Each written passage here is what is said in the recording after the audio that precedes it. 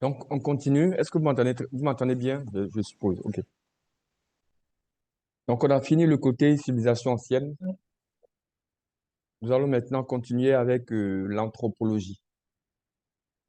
L'anthropologie, qu'est-ce que c'est?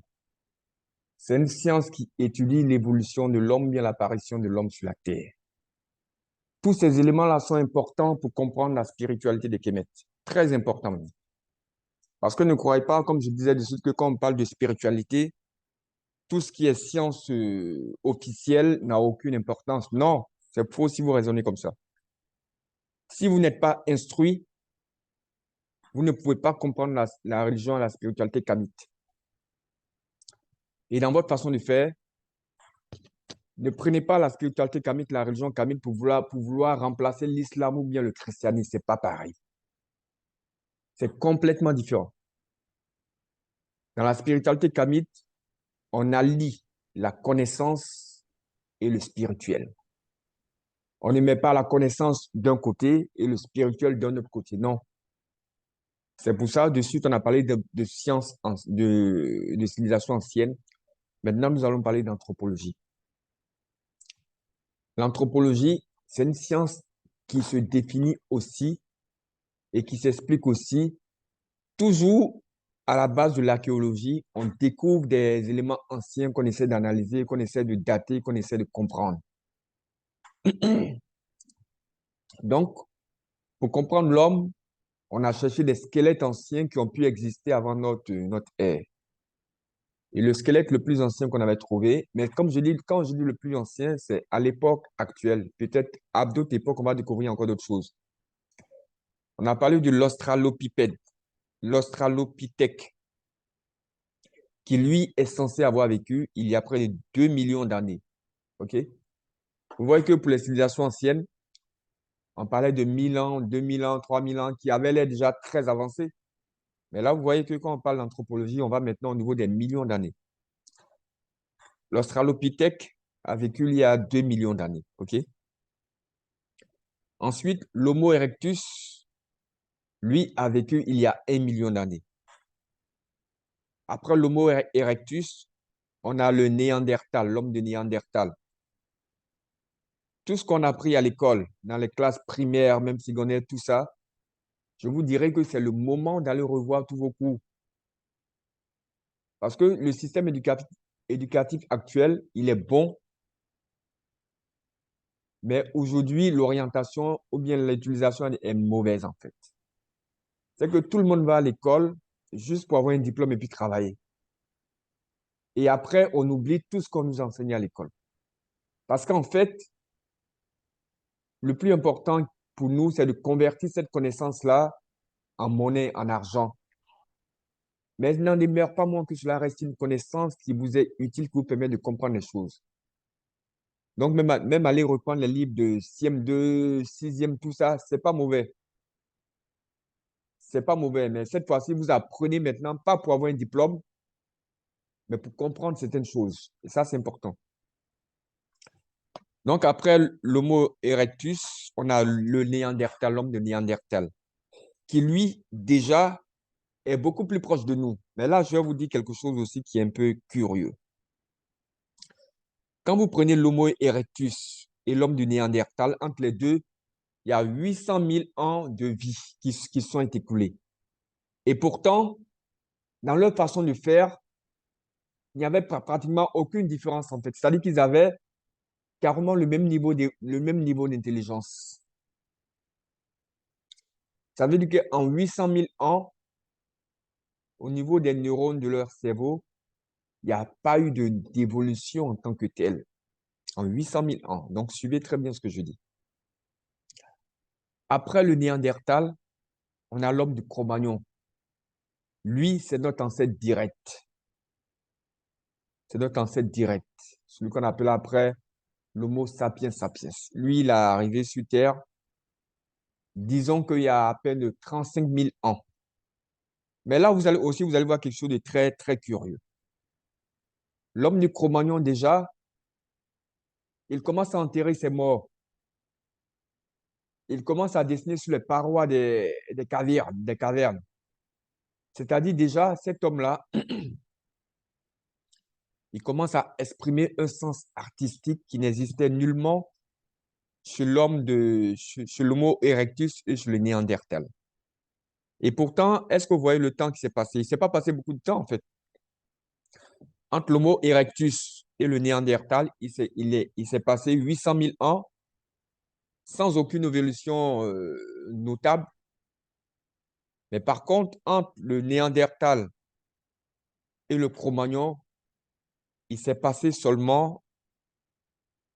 Attendez, je regarde là. Je regarde là, je fais quelque chose rapidement.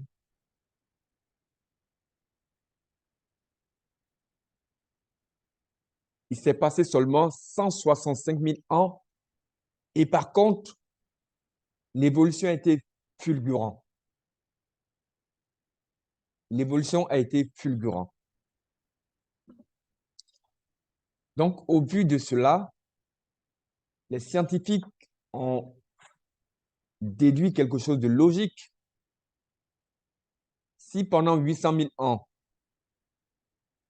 les espèces ont évolué sans qu'il y ait des changements majeurs au niveau de leur intelligence, et que seulement en 165 000 ans, en deux espaces donnés, il y a eu une évolution fulgurante, c'est que quelque part, il y a eu une intervention de quelque chose qu'on ne sait pas, qu'on ne connaît pas.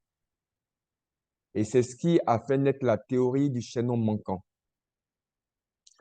La théorie du chaînon manquant, c'est quoi? C'est le fait que les scientifiques eux-mêmes, ils savent qu'il y a quelque chose qui s'est passé pour faire évoluer la conscience à un tel niveau, avec une telle rapidité, mais cette chose-là, elle n'est pas naturelle. Elle ne vient pas de la nature. Cette chose-là vient de quelque part d'autre que nous ignorons. Et comme nous ignorons cela, nous ne pouvons pas la transformer en théorie, mais nous ne pouvons pas la transformer en certitude, mais plutôt nous pouvons avancer une théorie qui est la théorie du chaînon manquant. C'est-à-dire, il y a quelque chose qui s'est passé, mais on ne sait pas quoi. OK? Je vous prends un exemple très simple hein, pour essayer de vous donner une image un peu de ce que je dis. Supposons que entre l'Homo erectus et le Néandertal, entre les deux, il y a 800 000 ans de différence. Supposons que les bâtonnets d'ADN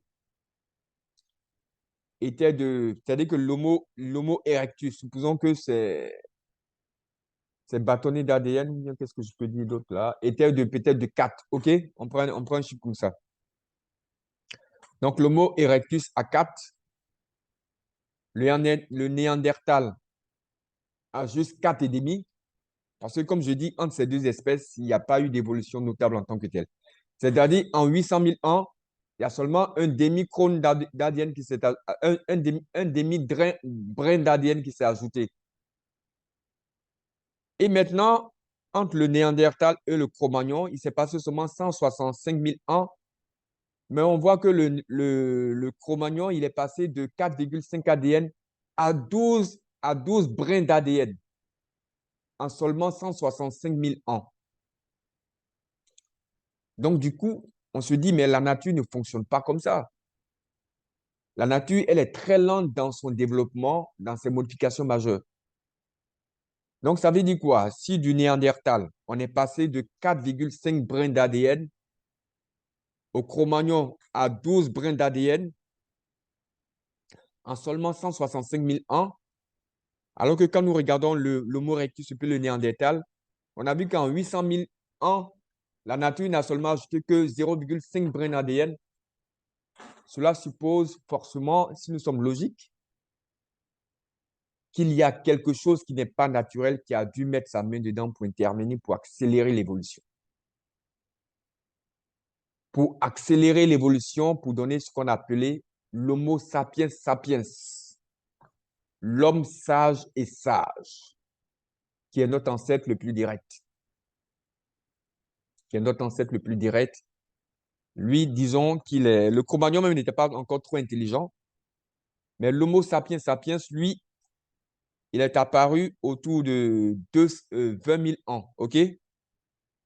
Donc, voyons, suivez avec moi, hein. Entre le Cro-Magnon, entre l'Homo erectus ou bien le Néandertal et le Cro-Magnon, il y a déjà eu quelque chose. Bon, à ce moment, est-ce il y a déjà eu quelque chose, l'évolution a déjà été faite. Ah, c'est qui ça, purée?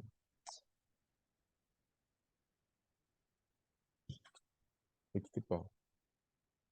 Donc, entre le Cro-Magnon et puis le Néandertal, on a vu ce qui s'est passé de façon assez fulgurante. Donc, aujourd'hui, comme je dis, ce que j'explique, ce sont des questions de logique, hein. Ce pas des questions de croyance. Ce sont des questions de science. Ce sont des éléments que vous pouvez vérifier. Tout ce que je dis après, ce qui me ferait plaisir, c'est que après, de votre propre chef, vous alliez sur Internet vous-même et vous essayez de voir si tout ce que je dis correspond bien à la vérité qui est enseignée à tout le monde. OK? C'est important de comprendre tout ça parce que si vous ne comprenez pas tout ça, si on vous parle de Osiris comme ça, de Seth comme ça n'a aucun sens. Aucun sens. Parce qu'il ne s'agit pas de remplacer l'islam et le christianisme. Il s'agit d'apporter une compréhension, un système de connaissances complètement différent. Et vous allez comprendre pourquoi est-ce que je dis ça. Parce que les fondamentaux des religions telles que l'islam et le christianisme sont très différents des fondamentaux de la religion kamite. Ça n'a rien à voir, c'est le jour et la nuit. Donc c'est pour ça qu'il faut complètement changer sa façon de voir les choses, sa façon d'avancer, sa façon de pratiquer la spiritualité. Très important. OK? Ça, c'était l'anthropologie. Donc, pour l'anthropologie, donc vous avez déjà quelque chose que je vous ai fait comprendre, la notion du chaînon manquant et la notion d'une évolution accélérée. Déjà, vous voyez qu'avec la compréhension des civilisations anciennes et la compréhension de l'anthropologie, il y a quelque chose de nouveau que vous venez d'acquérir. Mais ce quelque chose de nouveau que vous venez d'acquérir, il n'est rien par rapport à ce que je vais vous expliquer maintenant, qui est l'univers en lui-même. Nous sommes des terriens, certes, mais la Terre elle-même, elle se situe où? La Terre n'est pas une motte de matière inerte qu'on a déposée quelque part, qui est arrêtée quelque part. Non. La Terre est en mouvement constant. Le mouvement de la Terre ne s'arrête pas. La Terre effectue deux mouvements essentiels. Le mouvement de révolution, qui est le mouvement qu'elle effectue autour de la centrale de notre système, qui est le Soleil, et le mouvement de rotation. Le mouvement de rotation, c'est comme si c'est une sorte de toupie qui tourne sur une sorte d'axe autour d'elle-même. Le mouvement de révolution, c'est ce qui donne l'année. Le mouvement de rotation, c'est ce qui donne le jour. OK? Donc, la Terre, elle est dans l'univers, en fait. Mais qu'est-ce que vous savez de l'univers? Déjà même, qu'est-ce que vous savez du Soleil? Qu'est-ce que vous savez de la Lune? Qu'est-ce que vous savez des étoiles? Qu'est-ce que vous savez des planètes? Qu'est-ce que vous savez du système solaire? Je répète encore, c'est très important. Si vous ne comprenez pas ces fondamentaux, toute pratique spirituelle que vous faites est de la superstition. Parce que l'ignorant fait des choses qu'il ne comprend pas. Même quand on ne comprend pas quelque chose, il faut au moins approcher un peu de ce qui est accessible à notre intelligence. L'ignorant ne fait pas d'efforts pour comprendre. Mais celui qui fait de la vraie spiritualité,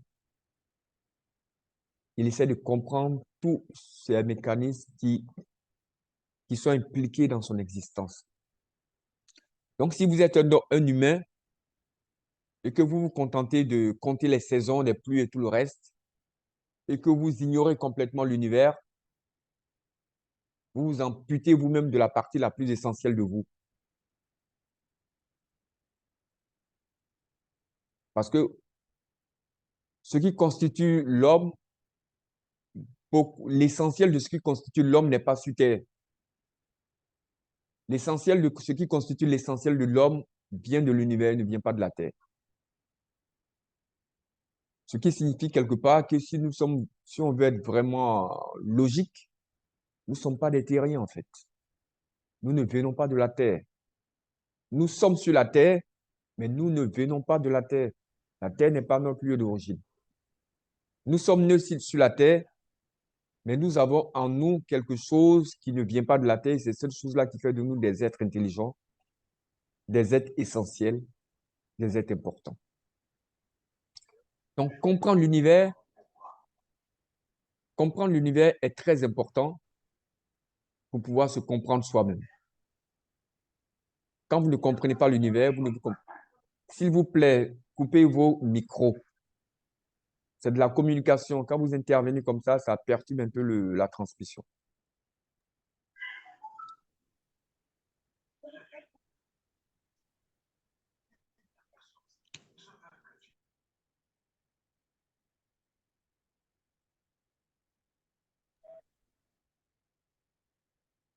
Voilà. Donc, je disais qu'en fait, la connaissance de l'univers, c'est pas quelque chose de superflu, c'est quelque chose d'essentiel.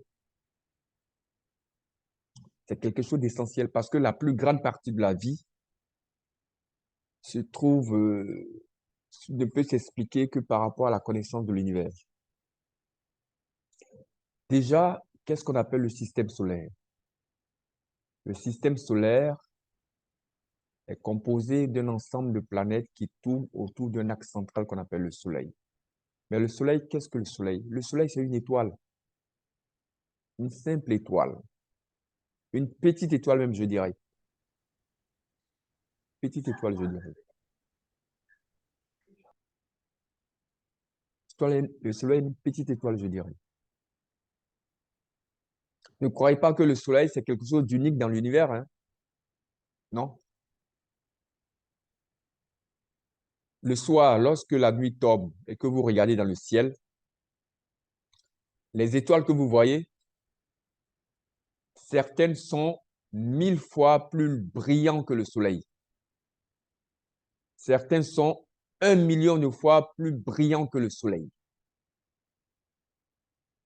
Donc, c'est pour ça que je vous dis que le Soleil, c'est une petite étoile. Le système solaire est déjà grand, mais quand on parle de l'endroit de l'espace où nous sommes, il y a un endroit qu'on appelle,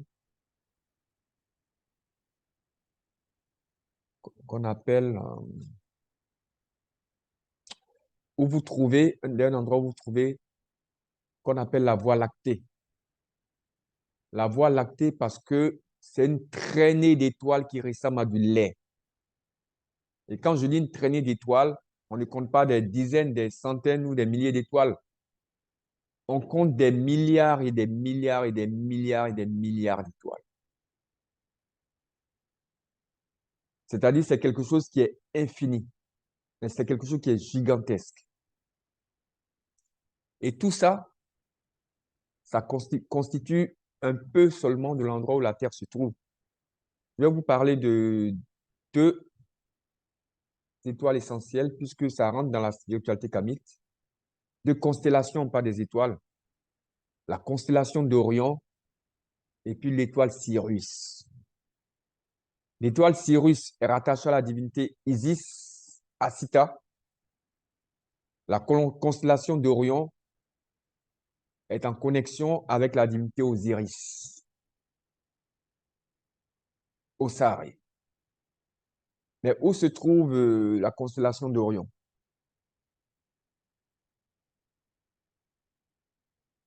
Au niveau de l'espace, l'unité de mesure qu'on utilise, c'est l'année-lumière. L'année-lumière, c'est-à-dire quoi? C'est-à-dire la distance parcourue par la lumière en une année, sachant que la lumière se déplace à une vitesse constante de 300 000 km par seconde. Donc, si je vous dis comme ça, que pour arriver sur Orion, vous devez voyager pendant 8 ans. Pour arriver sur Sirius, vous devez voyager pendant 8 ans. Cela signifie quoi? Vous devez voyager pendant 8 ans, hein. Cela signifie que chaque seconde, vous devez parcourir 300 000 km. Mais malgré cela, Votre voyage va durer 8 ans pour arriver sur la constellation d'Orion, pour arriver sur Sirius. Donc, vous voyez à quel point on parle de certaines choses, mais en termes de distance physique telle que nous le concevons, c'est carrément au-delà de notre compréhension. C'est carrément quelque chose qui est inaccessible pour nous. Inaccessible complètement. Et on vous dit que le siège d'Osiris, c'est Orion. Le siège d'Asita, c'est Sirius. Donc, vous voyez à quel point ce sont des êtres qui se trouvent, si on parle du thème de la notion, si on a la notion physique, très loin de notre Terre.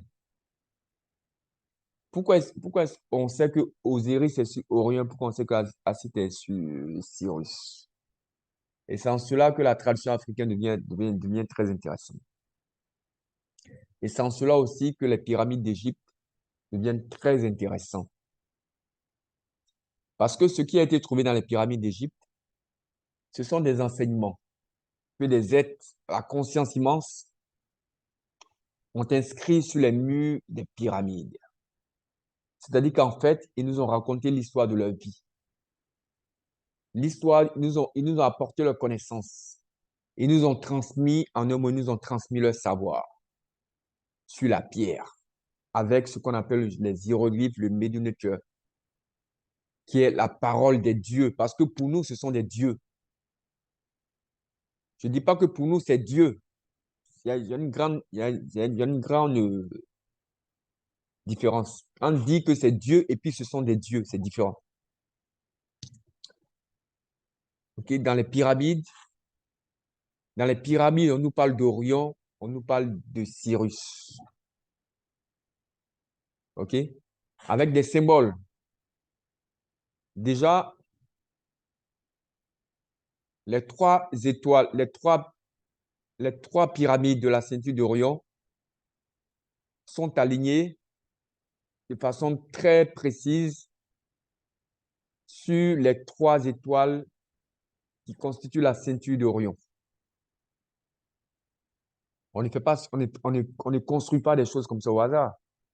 Et quand vous allez aussi sur le site de El Mirador dont j'ai parlé de suite, on a aussi trois pyramides là-bas aussi qui sont aussi alignées sur les trois étoiles de la ceinture d'Orion. Partout où nous allons, nous avons des constructions physiques qui sont en lien direct avec des constellations qui se trouvent à 8 années-lumière de la Terre. Est-ce que c'est le fait du hasard ou est-ce que c'est plutôt un message qu'on veut nous transmettre? Moi, j'opte pour la deuxième option. C'est un message qu'on nous transmet. Et le message qu'on nous transmet, on nous dit quoi? On nous dit la vie que vous avez vient d'Orion. La vie que vous avez, dont vous bénéficiez, vient d'Osiris. La vie que vous avez, dont vous bénéficiez, vient d'Isis, vient d'Asita. C'est en cela que Orion est très importante.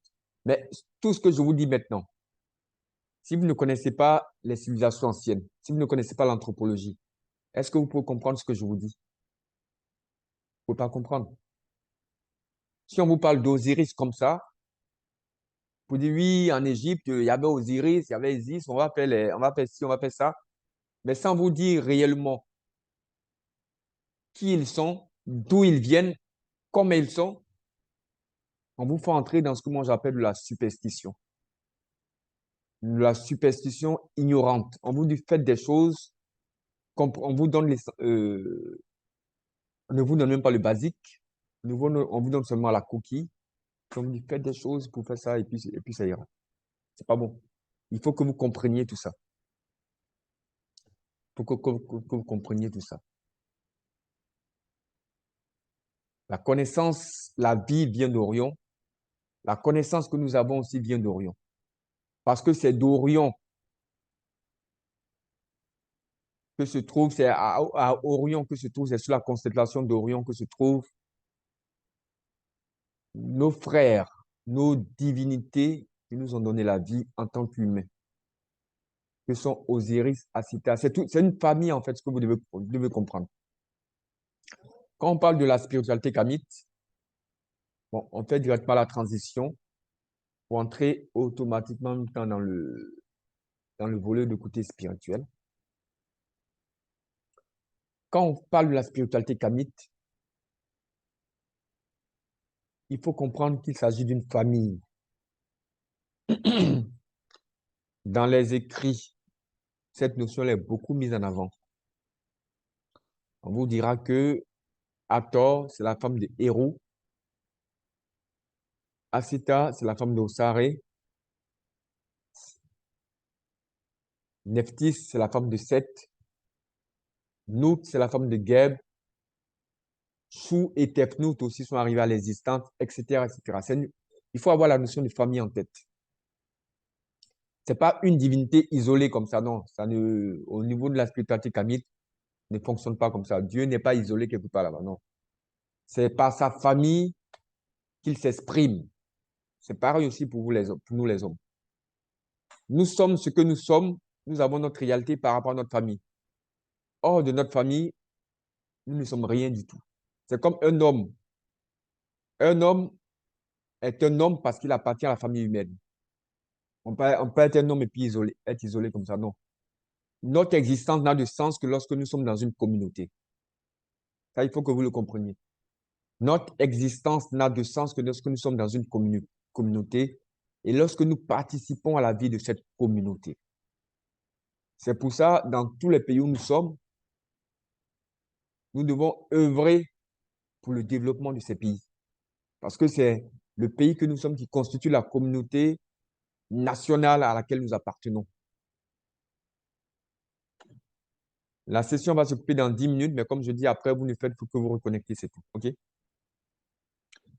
Donc, il faut comprendre cela qui est très important. Quand on parle de spiritualité kamite, de religion kamite, il faut que la notion de famille soit celle-là qui vous vient en avant. Aujourd'hui, quand on parle de culte des ancêtres, ce n'est pas quelque chose de vain, ce n'est pas quelque chose dans le vide comme ça. Enfin, non, c'est tout. C'est simplement pour mettre en avant la notion de famille. C'est tout ce qu'on vous fait comprendre. Parce que cette notion de famille-là, c'est ce que les divinités de Kemet nous ont enseigné. Parce qu'elles-mêmes, elles sont venues avec ces concepts-là qu'elles nous ont donnés. Hors de la famille, nous ne sommes rien. C'est pour ça que nous devons veiller à ce que notre famille se perpétue et grandisse et soit pérenne dans le temps. Soit pérenne dans le temps. C'est très important, ça, la notion de famille. Donc, disons que sur Orion, et vous savez, ce n'est pas seulement les Kamites qui ont la conscience des êtres qui vivent sur Orion. Nous sommes pas les seuls. Les anciennes religions ont cette connaissance-là. On en trouve un peu dans l'islam, de façon même très claire quelquefois. Mais comme je dis, eux, ce sont des religions qui ont dissocié le côté connaissance du côté religion. C'est ce qui fait qu'il y a beaucoup de superstitions. Sinon, quand vous prenez la constellation d'Orion, son nom initial, ça s'appelait Sa. C'était la constellation de Sa. OK? Et ce mot Sa-là, on le trouve encore dans Sahara. Sa-ora. Vous voyez qu'on trouve encore des syllabes très en relation avec Orion. Sa-ora. Aujourd'hui, quand vous prenez l'Arabie Saoudite, les rois d'Arabie Saoudite disent qu'eux descendent d'Orion. C'est pour ça qu'il y a ça dans leur nom, les Saouds. Les rois Saouds. L'Arabie Saoudite, c'est la terre des Saouds. Mais dans le sa qui est dans leur nom est connecté à Orion. Parce qu'eux aussi, ils ont cette connaissance. Si vous voyez le symbole de l'islam, qui est le croissant lunaire, avec l'étoile à côté, le croissant lunaire n'est jamais seul, il est toujours avec l'étoile. L'étoile qui est là, c'est une étoile d'Orion. Parce qu'ils ont cette connaissance-là aussi. Mais comme je dis, ce sont des connaissances qu'ils ont dissociées. Ils ont dissocié la connaissance de la religion, donc ils ont plus mis en avant le côté religion sans explication rationnelle. C'est ce qui fait qu'on retrouve cette mauvaise utilisation.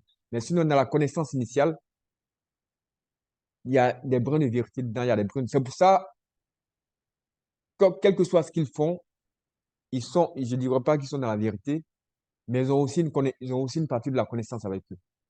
Et c'est pour ça, dans tout ce que moi j'enseigne toujours, je vous dis, il ne sert à rien pour un Camille d'attaquer l'islam ou bien d'attaquer le christianisme. Non. Parce qu'en fait, ils ont choisi une voie. C'est leur voie. On n'est pas, c'est pas à nous qu'appartient la terre pour qu'on puisse juger X ou Y. Mais nous, simplement, ce que nous devons faire, la voie que nous avons choisie, nous devons la pratiquer. C'est tout ce que nous devons faire. OK? Donc, quand la session va se couper dans 10 minutes, on va aborder maintenant le sujet principal qui est Osiris. Le sujet qui est Osiris. C'est très important. OK? Donc, vous voyez que déjà, vous arrivez un peu par rapport à ce que je vous dis. Vous avez à peu près une idée de qui est Osiris sans que je ne sois vraiment rentré dans le sujet. Vous commencez à percevoir les à côté de qui il est. Mais Osiris, ne le voyez pas seul. Voyez-le dans sa famille. Voyez Osiris dans sa famille. Ne voyez pas Osiris sans Asita. Ne voyez pas Osiris sans Seth. Ne voyez pas Osiris sans Héros. Ne voyez pas Osiris sans Hathor. C'est la famille, en fait. OK? C'est très important de comprendre cela, car c'est ce qui va orienter notre façon de pratiquer notre spiritualité. C'est ce qui va nous permettre de comprendre comment est-ce que nous pouvons nous connecter aux êtres spirituels. Les êtres spirituels ne sont pas Dieu. Et heureusement, aucune de nos divinités n'a prétendu un jour être le créateur de l'univers, du ciel et de la terre. Non, ça n'existe pas dans la, dans l'enseignement kamite. On peut vous expliquer par par des allégories, par des symbolismes, comment est-ce que le monde est créé. On ne vous dira pas que c'est X ou Y qui a créé le monde parce que ça, ce sont des enseignements, bien, ce sont des affirmations que celui qui connaît ne fera jamais. OK? C'est très important que vous ayez tout ça en tête parce que c'est... Maintenant, on veut rejoindre le Zoom. Que tout ce que les gens ont en tête parce que c'est ce qui fait que vous pouvez avoir la connaissance essentielle.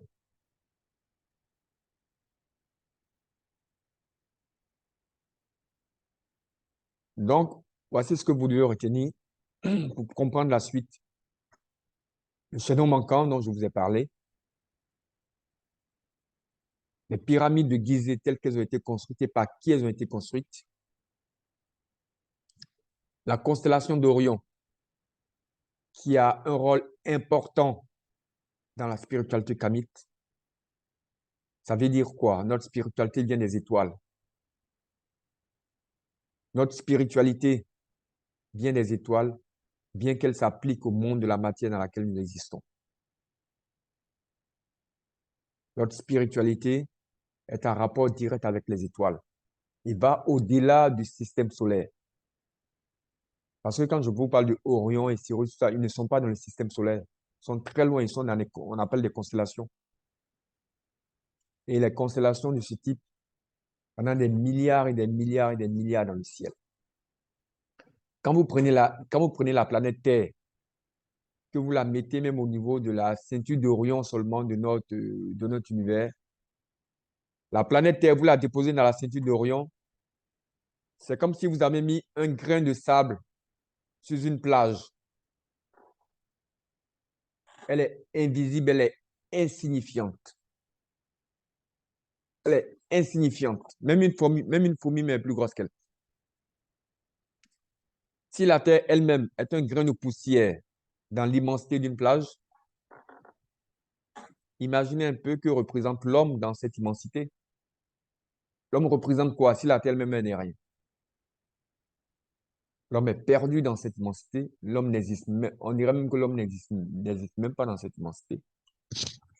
C'est pour ça que je dis que si vous en tenez seulement à l'aspect matériel de votre être pour vous affirmer, c'est que vous n'êtes absolument rien du tout. Mais c'est quand vous comprenez votre origine au-delà de la terre que vous êtes une personne qui commence à avoir de la valeur. La valeur que nous avons vient de notre affiliation à l'univers et non à la Terre. Nous sommes importants parce que nous sommes des enfants de l'univers et non de la Terre. OK? Parce que même au niveau de la Terre, vous connaissez l'âge de la Terre a près de 5 milliards d'âges. C'est-à-dire que la Terre a 5000 ans d'âge. Je vous ai fait le point dessus en anthropologie où je vous ai parlé de l'Homo erectus et autres là. Si l'Australopithèque, il a apparu seulement il y a 2 millions d'années, imaginez que représente 2 millions dans 5 milliards d'années. 2 millions dans 5 milliards d'années ne représente absolument rien du tout. Maintenant, imaginez que représente 200 000 ans dans 5 milliards d'années. Ça ne représente absolument rien du tout. Donc, du coup, la Terre existait bien avant la création de l'homme. Et la Terre existera, même si notre espèce même disparaît de la Terre continuera d'exister. La Terre n'a pas besoin de l'homme pour exister. La Terre n'a pas besoin de l'homme pour être. La Terre est simplement.